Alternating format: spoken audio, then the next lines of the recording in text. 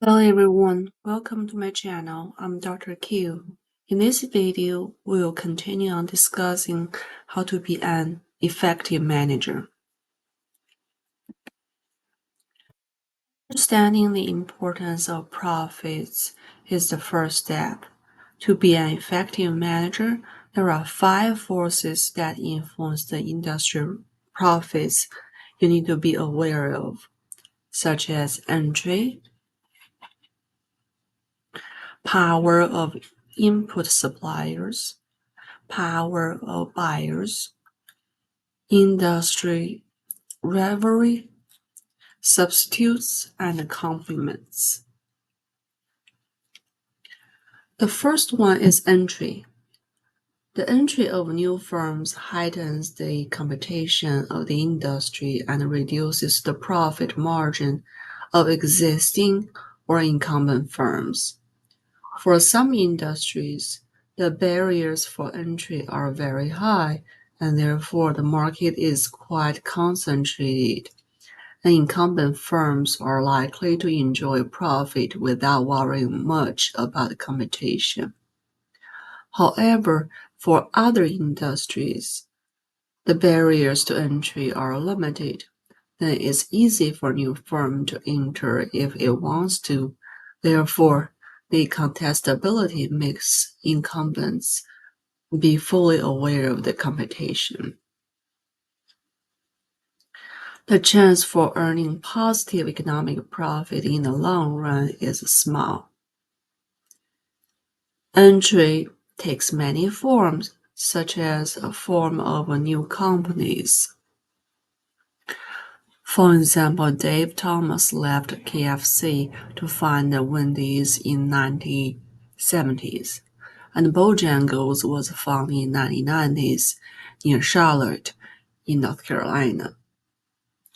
Or globalization, like airlines, a foreign airline enter to fly internationally in between United States and the rest of the world, and foreign automobile companies like Toyota, Honda, Mercedes, foreign automobile companies entered the market and compete with United States automobile manufacturers.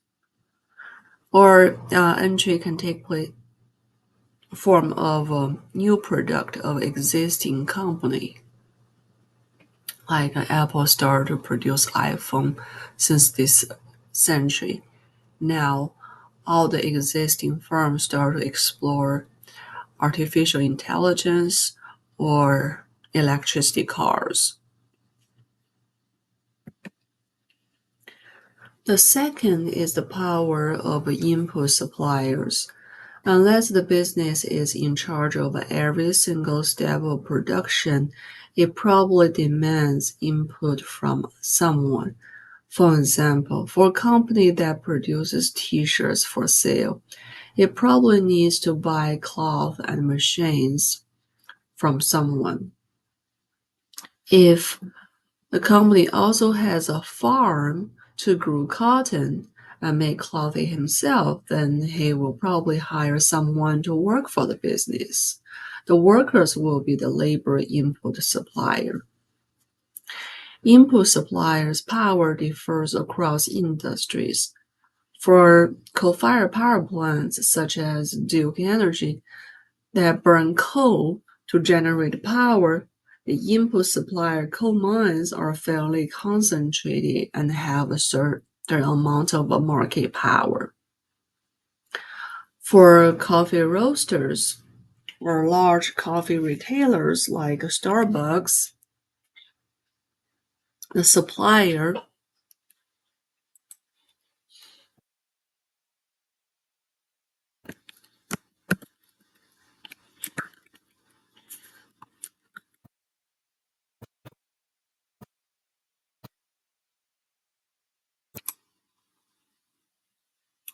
the raw coffee bean farmers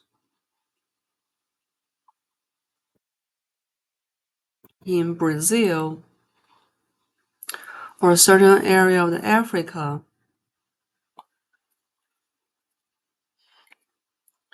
are unconcentrated. There are 25 million small-scale producers who rely on coffee for a living worldwide. In Brazil, where almost a third of the world's coffee is produced, over 5 million people are employed in the cultivation and harvesting of over 3 billion coffee plants. It is a more labor-intensive culture than alternative cultures of the same regions, such as sugar cane or cattle, as its cultivation is not automated, requiring frequent human attention. In airline industries, legacy airlines outsource short-distance, low-demand segment of flights to regional airlines, and sports channels are input suppliers to cable companies. The third power the firm needs to deal with is the power of buyers. For some products, such as medicine or medical treatment, patients do not have any alternative to choose from, such as patients with allergic reaction must take EpiPen. Buyers have no power whatsoever. But when the coffee bean international traders purchase collect raw coffee beans from the poor underrepresented coffee bean farmers, the dealers have very strong buyer's power. The fourth one is competition a business must face from industry rivalries. As obviously, business want to get more market share by competing against the others, but sometimes it works better if they collude and act as one. This topic is related to antitrust materials. The last one is about related products. How the market of related products influence the business. For example, if the price of Pepsi increases, that will drive consumers to buy more of Coca-Cola. Those are substitutes.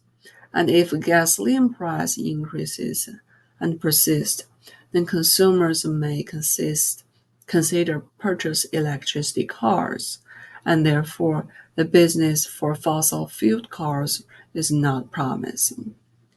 Apple company's profitability in the cell phone or laptop market is enhanced by the tens of thousands of complementary applications or apps that are compatible with iPhones. An effective manager needs to watch the related industries to make sound strategic decisions. Now, managers must manage economic resources such as workers. To succeed as a manager, you must have a clear understanding of the role of incentives in a company, as incentives affect how resources are used and how hard workers work. The managerial economics provide you with the skills that enable you to make sound decisions and to construct effective incentives that induce maximal effort from those you manage. As a manager, should you pay your employees according to the amount of work they completed or by hours? How do you know your workers behind the computer do their job diligently as opposed to surfing the internet? Another phenomenal case of point is the principal and agent dilemma.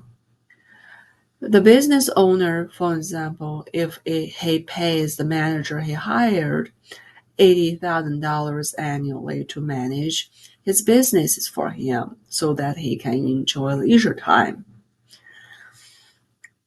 will that salary guarantee the manager devote all effort to maximize profit for the owner? If the manager gets $80,000 no matter what, the manager probably will enjoy leisure time as opposed to work. Then you may say the manager must earn money for the business to get the $80,000. Then how much money does he need to earn to get that $80,000? Is that a historical profit level?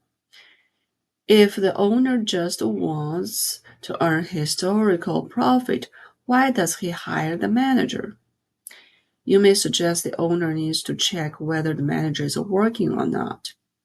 Then the owner could have just managed the business him or herself. The owner wants someone to manage for him so that he can enjoy himself elsewhere. Fortunately, most of the business owners understand the incentives. They simply provide the manager with a bonus that is percentage of the business's annual profit. Lastly, the manager must understand the markets and be aware that the market price is discovered by the bargaining between the two sides of the market transaction, buyers and sellers. Consumer wants to purchase products with low price while the producers want the price to be high. For popular goods and services, consumers also must compete against one another to buy. We see this a lot in auctions. And the producers must compete to earn more market share and attract more consumers to sell products and earn money.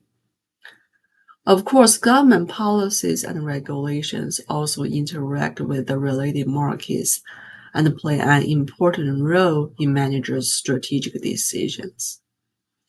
All right, that's all about how to be an effective manager.